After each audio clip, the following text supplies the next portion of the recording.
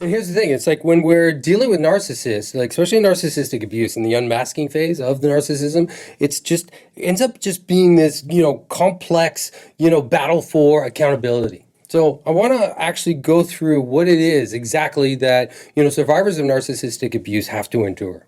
What I'm going to do is I'm going to go and try to just shine some light on just the complexities of seeking justice and accountability just in the aftermath of all this psychological warfare that's going on. And hopefully in that process, what we're going to do is bring more understanding to what victims of narcissism actually have to endure. And we can start by just kind of talking about the consequences of narcissistic abuse. Victims of narcissism finally have, summoned the courage and the ability to just react and to just confront their narcissistic abusers and just disrupt their delusional sense of entitlement. Just break that mirror that narcissists just love to look at. What ends up happening is there's a big hefty price to be paid for these ego injuries. And, it can feel like, just standing up to just a complete tsunami that's just determined to just create this destructive path in its wake. And the reality is, like, narcissistic abusers, they do not take kindly to their victims,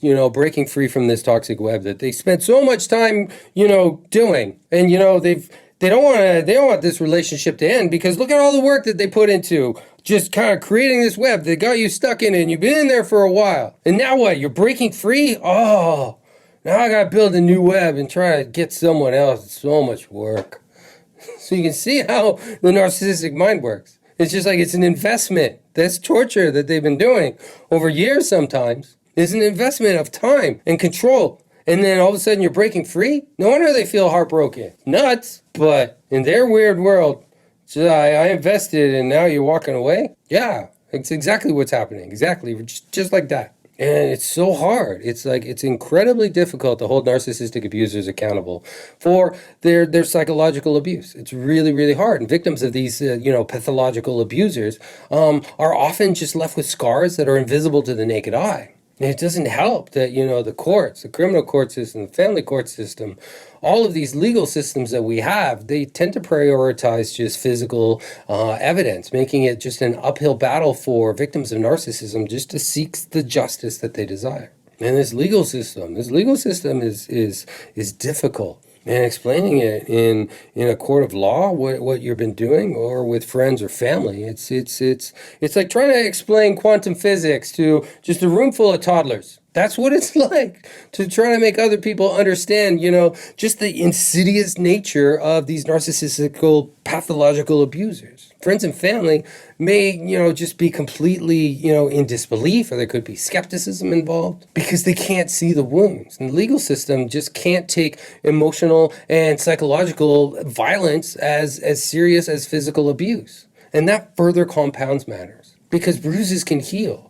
But these psychological scars that we have, it can take years sometimes to just kind of heal and work their way out of our systems. And it doesn't help that the society that we're in, the people that are around us, have a tendency to blame the victims for the crimes committed against them.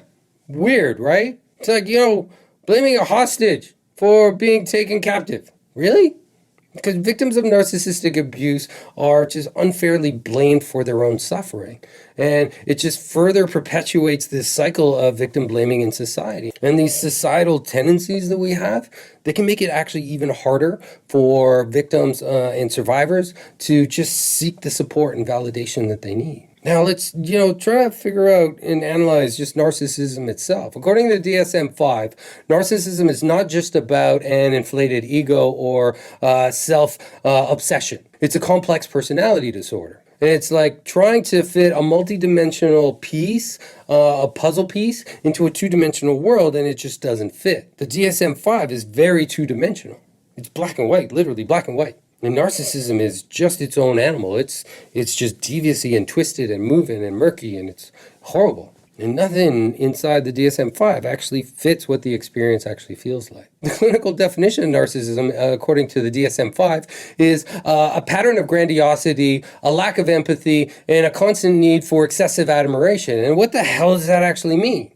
Like, really, what does it actually mean? It's missing, So much of it. There's so many missing pieces there. It's missing the narcissist's insatiable hunger for validation and the fact that no amount of validation is ever enough for them. Narcissists exhibit behaviors that, range from arrogance to entitlement to just the belief that they are unique and deserve special treatment.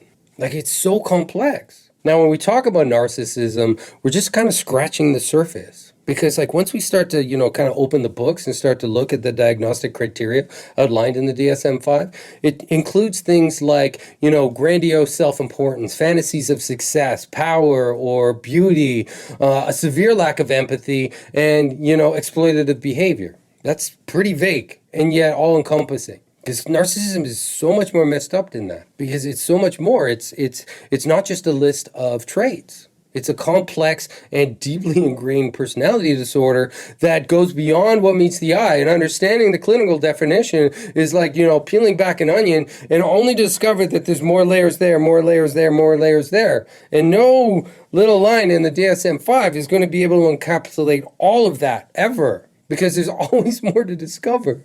And even the professionals will still debate over all the details and what actually it is. This is a debate that could literally go on forever. So if you're seeking justice and accountability for narcissistic behavior, great. So many of us are. This is a battle that's complex. It's very complex, but it's not insurmountable. Because in time, as more people kind of go through the process, the healing process, and get better, they too can shed some light on the shadows of this narcissistic abuse. And, as more people break free from the chains, we can become advocates for a world where victims are heard and validated and supported. No, thank you for joining me on this exploration of this battle of justice and accountability and just the face of narcissistic abuse. So we're going to keep pushing forward, and together we're going to make a difference, because the more people that kind of get this information out, the better. So please, like, comment, tell me exactly what you think, or share. There's a lot more videos out there. I have a lot of videos on my feed, hundreds of them even. And, thank you for your support.